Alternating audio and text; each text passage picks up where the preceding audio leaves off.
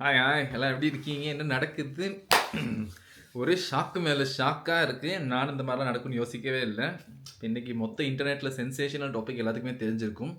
ஜனநாயகன் நானும் ஏதோ 1-2 சீன் தான் லீக் ஆகிருக்கு போல் அப்படின்னு யோசிச்சா மொத்த படமே லீக் ஆகிருக்கு போல். எனக்கு வந்து லிங்க்கெல்லாம் மொத்த படமும் வந்துருச்சு பாரு அப்படின்னு சொல்லி அனுப்பி வச்சுருந்தானுங்க. நான் எதையும் ஓப்பன் பண்ணவும் இல்லை, பார்க்கவும் இல்லை. ஆனால் ஒரு பக்கம் பார்க்க கவலையாக தான் இருந்துச்சு. என்னன்னு சொன்னால் வந்து இப்படி தானே, ஒரு ஃபேன் பாயிண்ட் ஆஃப் வியூவில் வந்து யோசிச்சு பாருங்களே. ஒரு 25-30 வருஷமாக ஒரு ஹீரோவாக, ஒரு தலைவராக அந்த மாதிரி பார்த்துக்கிட்டு இருந்த ஒருத்தர்கிட்ட ஒரு எலெக்ஷன் என்ட்ரிக்கு அப்புறம் லாஸ்ட் மூவி ஃபேவல் மூவி அப்படிங்கிற ஒரு அனௌன்ஸ்மெண்ட்லாம் வந்ததுக்கப்புறம் அந்த மூவி ரீமேக்கோ இல்லாட்டி இதுக்கு முன்னுக்கு வந்த கதையோ என்னவாக இருந்தாலுமே கூட ஏதாவது ஒரு சம்திங் இருக்கும், ஏதாவது ஒரு சின்ன ட்விஸ்ட்டோ ஏதோ ஒன்று வச்சுருப்பாங்க, ஏதோ ஒரு நம்ம ஒன்று அன்எக்ஸ்பெக்டடான ஒரு ஏதாவது ஒரு சம்திங் ஏதோ ஒன்று வச்சுருப்பாங்க. ஸோ அப்படிங்கிறனால அதை கண்டிப்பாக தியேட்டர்லேயே போய்ட்டு பார்த்து அந்த எக்ஸ்பீரியன்ஸ் எப்படி இருக்குன்னு சொல்லி பார்க்கணும் அப்படின்னு சொல்லிட்டு ஈவன் அவரை பிடிச்சவங்க மேபி பிடிக்காதவங்க கூட வந்து கண்டிப்பாக அந்த படத்துக்கு நிறைய வருவாங்க. பிடிக்காதவங்க தான் அதிகமாக வருவாங்க. ஏன் கடைசி படம் எப்படி எடுத்திருக்காங்க, என்ன மாதிரி, ஸோ எப்படி பார்ப்போம் அப்படிங்கிற ஒரு ஐடியாவில் வருவான் தானே. அப்படி இருக்கும்போது இப்போ சும்மா திடுதிப்புன்னு இன்டர்நெட்டில் இந்த மாதிரி லீக் ஆனது வந்து கண்டிப்பாக வந்து ஒரு மாதிரி கவலையாக தான் இருக்குது. இன்னொரு பக்கம் வந்து அதை எக்ஸெப்ட் பண்ணிக்கவும் முடியல. என்னடா அது கடைசி படத்தை இப்படி தான் பார்க்கணுமா அப்படின்னு சொல்லிட்டு. ஆனால் இது நிறைய கேள்விகளையும் எழுப்புது.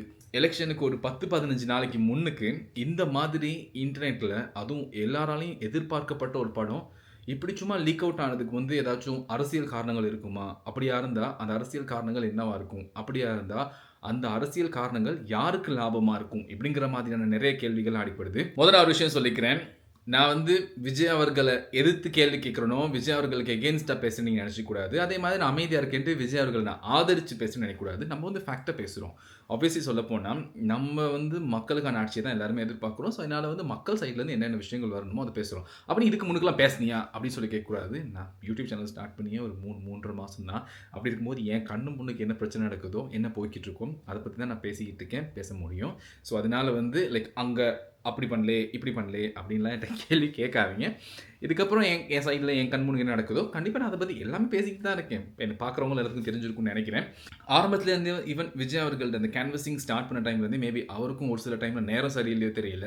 இந்த கரூர் விஷயங்கள்லாம் கண்டிப்பாக வந்து ஒரு நடிகராக ஒரு தலைவராக போகும்போது தன்னை ஆசாசையாக பார்க்க வந்து எந்த ஒரு ஃபேனும் யாரையுமே வந்து இறந்து போகணும் அப்படின்னு சொல்லிட்டு யாருமே நினைக்க மாட்டாங்க. அதுதான் வந்து 100க்கு 200% உண்மை. ஆனால் ஏதோ ஒரு விஷயத்தில் வந்து அந்த நேரத்தில் அப்படி நடந்துருச்சு. ஒரு 41 பேர் இறந்து போயிட்டாங்க அவரை பார்க்க வந்து. பட் ஆனால் அந்த டைமில் இதை பற்றி நிறைய பேர் நிறைய விஷயங்கள் பேசிட்டாங்க. பட் நான் ஒரே விஷயம் தான் சொல்லணும்னு நினைக்கிறேன்னு சொன்னாங்க. பட் அந்த டைமில் வந்து அவர் வந்து கொஞ்சம் நின்றுருந்தாருன்னா ஈவன் மூவிஸில் இருக்க அந்த ஹீரோயிசம், மூவிஸில் பேசுகிற அந்த ஹீரோயிசம் டயலாக் சம்பட் அதில் ஏதாச்சும் அந்த மாதிரி. ஏன்னா மூவியை பார்த்தோன்னே வந்து எல்லாம் ஃபிக்ஸ் பண்ணிட்டான் அந்த நேம். அவரோட ஃபேன்ஸ் எல்லாமே வந்து இவர் வந்து வெறும் மூவியில் மட்டும் எனக்கு ஹீரோ இல்லை, ரியல் லைஃப்பில் எனக்கு ஹீரோ தான் அப்படின்ட்டு. அந்த டைமில் கொஞ்சம் நின்று அந்த மக்களோட நின்று அந்த பிரச்சனையை ஃபேஸ் பண்ணி அவங்களுக்கு என்ன தேவைங்கிறத வந்து உடனே வந்து பண்ணியிருந்தாருன்னா அடிச்சுக்க இயலாது. இன்றைக்கி அவருக்கு தான் இது. மேபி அதுக்கு வந்து அவருக்கு பொலிட்டிக்கல் எதிர்ப்பு எதுவும் வந்துச்சா, அந்த நேரத்தில் அவருக்கு இருக்கக்கூடாதுன்ட்டு அவருக்கான ப்ரெஷர் வேறு மாதிரி எங்கே இருந்துச்சா, இல்லைனா வந்து அந்த பதற்றத்தில், அந்த ஃப்ரஸ்ட்ரேஷனில், பயத்தில் திடுதுப்புன்னு அங்கேருந்து போயிட்டாரா அப்படிங்கிறது கூட சொல்ல முடியாது. அதுக்கப்புறம் அப்படியே த்ரூ அவுட் வரும்போது சரியாக ஒரு 1-1.5 மாதத்துக்கு முன்னுக்கு அவர்கிட்ட இந்த டிவோர்ஸ் கான்ட்ரவர்சி வந்துச்சு. அது மட்டும் இல்லாமல் ஒரு ஆக்ட்ரஸோட வந்து அவருக்கு வந்து இந்த மாதிரி ஒரு அஃபேர் இருக்குங்கிற மாதிரியான கான்ட்ரவர்சி வந்து அவர் வீட்டு சைட்லேருந்தே வந்துச்சு. அதாவது அவர் மனைவியே வந்து ஒரு கம்ப்ளைண்ட் வச்சுருந்துருக்காங்க.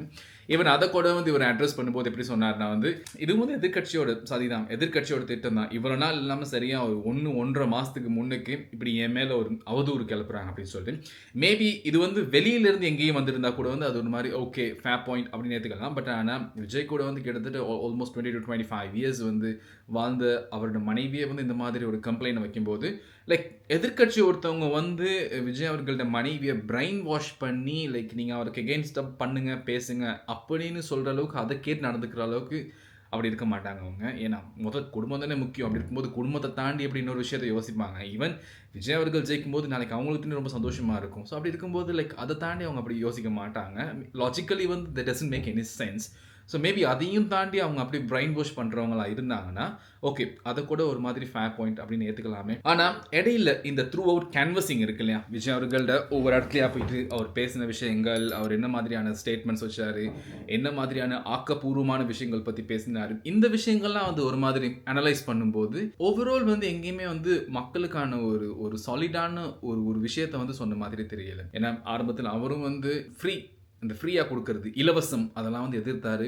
இன்க்ளூடிங் மூவிஸ்லேயும் சரி, ரியல் லைஃப்லேயும் சரி எதிர்த்துட்டு திரும்ப அவரே வந்து அதை வேறொரு பேரில் வந்து ஆதரிக்கிறாரு. அதுதானே அப்படின்னு சொல்கிறாரு. அதாவது ஆல்ரெடி தமிழ்நாட்டில் இருந்த ஒரு கொள்கையை அவர் எதிர்த்து பேசி திரும்ப அந்த கொள்கைக்கு ஆதரவாகவே அவர் விஷயத்தை வந்து முன் வச்சாரு. அதே மாதிரி அதே ஒரு ஸ்டேட்மெண்ட் தான் வந்து இன்னும் கொஞ்சம் டிஃப்ரெண்ட்டாக வேறொரு பேரில் வச்சாரு.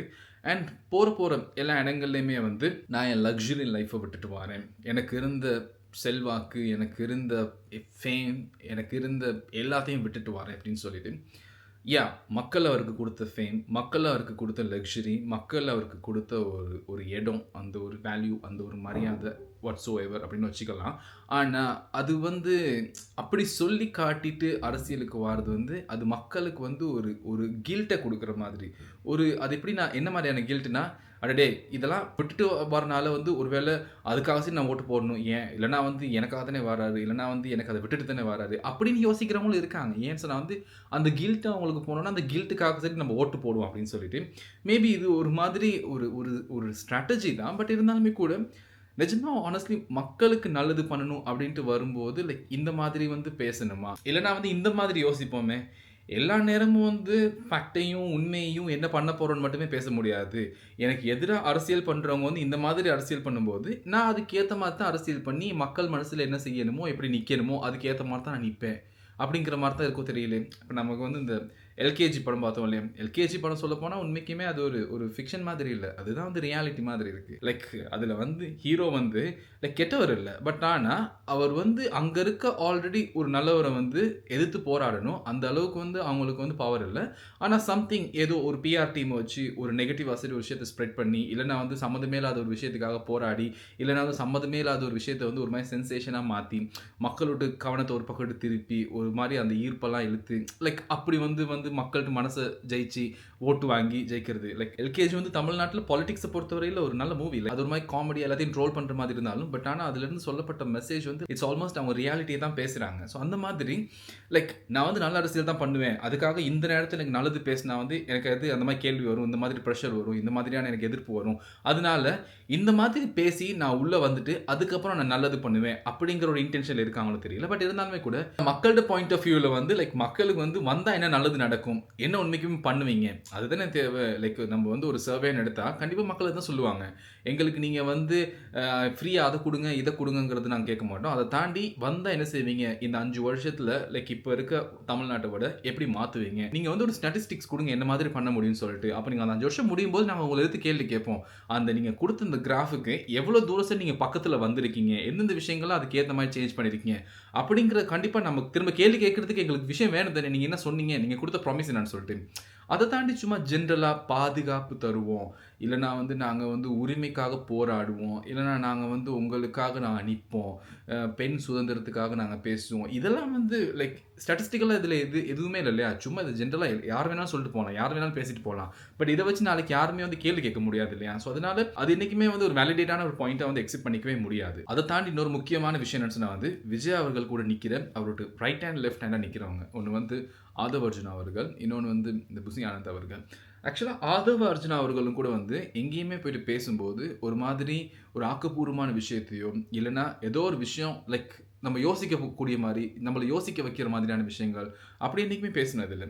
ஈவன் இன்றைக்கும் வந்து எல்லா அரசியல்வாதிகளுமே வந்து எல்லா நேரமும் நல்ல நல்ல கருத்துக்களை சொன்னதில்லை, நல்ல விஷயங்களை சொன்னதில்லை. கண்டிப்பாக நிறைய விஷயங்கள் ஒரு ஆர்கியூமெண்ட்டுக்குள்ளே கொண்டு போகும், அப்படி கொண்டு போகாமல் இருக்கவே இருக்காது. பட் ஆனாலுமே கூட நான் சீமான் அவர்களுக்கு வந்து நான் ஆதரித்து பேசுகிறேன் இல்லை, பட் ஆனால் நிறைய டைம் அவருக்கும் நிறைய கான்ட்ரவர்சிஸ் போயிருக்கு, அவர் லைஃப்பில் ஏதோ இருக்குது. அப்படி பார்த்தா எல்லார் லைஃப்லையும் கான்ட்ரவர்சி இருக்குது. நான் ஜென்ரலாக வந்து ஆஸ் அ பொலிட்டீஷியனாக அவர் வைக்கிற விஷயங்களை அவர் வைக்கிற ஸ்டேட்மெண்ட்ஸ் நான் பற்றி பேசுகிறேன். அவர் வந்து ஒரு விஷயத்தை சொல்கிறாரு, இந்த மாதிரி இப்படி ஒரு டெவலப்மெண்ட் நான் கொண்டு வருவேன், ப்ராக்டிக்கலி அது பாசிபிளாக இம்பாசிபிளாங்கிறது அடுத்த விஷயம். ஆனால் இந்த ஒரு ஸ்பெசிஃபிக்கான ஒரு இண்டஸ்ட்ரியில் இந்த ஒரு ஸ்பெசிஃபிக்கான டெவலப்மெண்ட்டை நான் இப்படி பண்ணுவேன், இதை இப்படி மாற்றுவேன் அப்படின்னு சொல்லி வந்து அவர் அது ஒரு ஸ்பெசிஃபிக்காக அவர் பேசுகிறாரு. ஸோ அவர் அந்த மாதிரி வைக்கிறார், அது ஒரு ஆர்குமெண்ட்டுக்குள்ளே போகுது, அது முடியுமா முடியாதுங்கிற அடுத்த விஷயம். பட் ஆனால் அப்படி ஒரு ப்ராமிஸ் கொடுக்குறாரு, அப்படி பண்ணுவேங்கிறாரு. பட் அந்த மாதிரியான ஸ்பெசிஃபிக்கான எந்த ஒரு விஷயங்களுமே வந்து டிவிகே கட்சியில் யாருமே வந்து வைக்கல. ஈவன் ஆதவ் அர்ஜுனா அவர்கள் பேசும்போது ஒரு பஸ்ஸில் போனேன், அந்த பஸ்ஸில் போகும்போது விசில் அடித்தாங்க. ஸோ அப்போ தான் தெரிஞ்சுக்கிட்டேன் தமிழ்நாட்டில் 8 கோடி மக்களுக்கும் இடையிலையும் இந்த விசில் எவ்வளோ தூரம் பரவி இருக்குது. ஏன் அந்த கண்டக்டர் வந்து விசில் அடித்து தான் பஸ்ஸை நிப்பாட்டுறாரு. ஒரு கட்சியோட ஒரு மிகப்பெரிய ஒரு பொசிஷன்ல இருக்கவர் இந்த அளவுக்கு ஸ்டூபிடாவா பேசுவாங்க. லைக் இதுல வந்து ஏதாவது ஒரு லாஜிக் இருக்கா? இல்லவே இல்ல. அது மட்டும் இல்லாம அவுட் ஆஃப் நோவேர் வந்து இவர் வந்து ஆட்சிக்கு வராததுக்கு காரணம் வந்து அதாவது இன்னொரு ஆக்டர் பத்தி சொல்றாங்க. அந்த ஆக்டர் வந்து ஆட்சிக்கு வராததுக்கு காரணம் வந்து இந்த கட்சி தான் அப்படின்னு சொல்றாரு. அப்படி இருக்கும்போது லைக் இவங்க வந்து ஒரு கட்சியை எதிர்த்து ஃபைட் பண்றாங்க. இவங்கள நம்பி ஒரு மக்கள் இருக்காங்க. லைக் மத்த கட்சிகள்லாம் வந்து நிறைய விஷயங்கள் பேசுறாங்க. அதெல்லாம் தாண்டி சம்மந்தமே இல்லாத ஒரு ஆக்டர உள்ள கொண்டு வந்து இன்வால்வ் பண்ணி பேசுறதெல்லாம் வந்து that doesn't make any sense. அதெல்லாம் ஒரு மாதிரி ஒரு மீடியா அட்டென்ஷனுக்காக, ஒரு மாதிரி வந்து சோஷியல் மீடியா அட்டென்ஷனுக்காக பண்ற மாதிரி இருக்காது. ஒரு மாதிரி கான்ட்ரோவர்சியா போகும். அது பத்தின பேச்சுக்கள்லாம் நிறைய வெளியில போகும். அப்படிங்கிறதுக்காக மட்டுமே அதை பேசின மாதிரி இருக்கு. ஈவன் இப்ப இந்த படம் ஜனநாயகன் வந்து லீக் ஆயிருக்கு. பட் இதுலயும் கூட நிறைய விஷயங்கள் இருக்கு. ஏன்னு சொன்னா ஈவன் இந்த படம் ஆல்ரெடி ஜனவரி டைம்ல ரிலீஸ் பண்ண வேண்டியது. ஒரு மாதிரி ஹோல்ட் பண்ணி கவர்மெண்ட் சைடில் அவருக்கு இருந்த ப்ரெஷர் அந்த படத்தை ரிலீஸ் பண்ண விடாமல் அது ஒரு மாதிரி அப்படியே தள்ளி போய்கிட்டே இருக்கு. ஏன் அப்படின்னு சொன்னால் வந்து மேபி இப்போ இருக்க எக்ஸிஸ்டிங் கவர்மெண்ட் யோசிச்சுருக்கலாம். சப்போஸ் இந்த படம் வந்தா இப்போ இருக்க வோட்டிங் ரேஷியோ வந்து இன்க்ரீஸ் ஆக சான்சஸ் இருக்குது விஜய் அவர்களுக்கு. ஏன்னு சொன்னால் வந்து மேபி அந்த படத்தில் சம்திங் ஏதாவது ஒரு மெசேஜ் இருக்கும், சம்திங் ஏதாவது ஒரு இன்ஃபர்மேஷன் இருக்கும். ஸோ அதனால மேபி எலெக்ஷன் நடக்கிற வரைக்கும் அந்த படத்தை எப்படியாச்சும் ஹோல்ட் பண்ணணும், அதை ரிலீஸ் பண்ண விடாமல் வச்சுக்கணும். மேபி அப்படி அவங்க யோசிச்சாங்க, அதுதான் ஒரு ஸ்ட்ராட்டஜி அப்படின்னு சொல்லிட்டு மக்கள் யோசிக்கிறாங்கன்னு வச்சுக்கோமே. ஸோ இப்போ சம்மந்தமே இல்லாமல் அவுட் ஆஃப் நோவேர் ஒரு 10 நாளைக்கு முன்னுக்கு இந்த படம் லீக் ஆகுது அப்படின்னா அந்த பிளேம் வந்து யார் மேலே போயிட்டு விடும்? ஒரு எலெக்ஷன் ஸ்ட்ராட்டஜியாக கூட இருக்கலாம். இந்த டைமில் இது இப்படி ரிலீஸ் பண்ணால் இந்த மாதிரி ஒரு கான்ட்ரவர்சி ஆகும். ஸோ பட் ஆனால் அந்த மூவியோட பட்ஜெட், ஸோ அந்த மூவியில் ஒர்க் பண்ணவங்க அந்த விஷயங்கள்லாம் நம்ம யோசிக்கும் போது மேபி அப்படி இல்லாமல் ஆக்சுவலாக வந்து ஏதோ ஒரு சம்பட் விஜய் அவர்களை பிடிக்காதவங்க கூட வந்து இந்த மாதிரி ரிலீஸ் பண்ணியிருக்கலாம் அப்படியும் ஒரு ஃபேக்ட் இருக்குது. ஸோ எல்லா பக்கமும் நம்ம யோசிச்சாகணும்.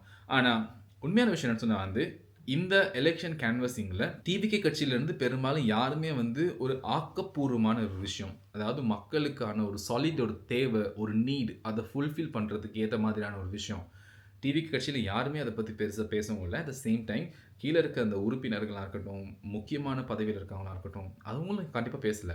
கண்டிப்பாக டிவிகே கட்சிக்கு வந்து மக்களுக்கு ஒரு நல்லது பண்ணணும், நல்லாட்சி பண்ணணும் அப்படிங்கிற மாதிரி நிறைய ஆசைகள் இருக்கலாம். பட் அதை வந்து எங்கேயுமே வந்து ஒரு வாக்கு மூலமாக அவங்க எங்கேயுமே சொல்லவே இல்லை. அப்போ என்ன மாதிரியான அரசியல் பண்ணுறாங்க? இல்லைனா வந்து மக்களை வந்து இன்னும் ஒரு மாதிரி ஒரு மாயையிலே வச்சுக்கிட்டு, இல்லைனா வந்து விஜய் அவர்களோட மூஞ்சை மட்டுமே எல்லா இடத்துலையும் காட்டி இந்த சினிமா ஃபேமை மட்டுமே வச்சு எப்படியாச்சும் உள்ளே வந்துடணும், அதுக்கப்புறம் என்ன வேணாலும் பார்த்துக்குவோம், 5 வருஷம் இருக்கு இல்லையா அப்படிங்கிற மாதிரி யோசிச்சுட்டு இருக்காங்க.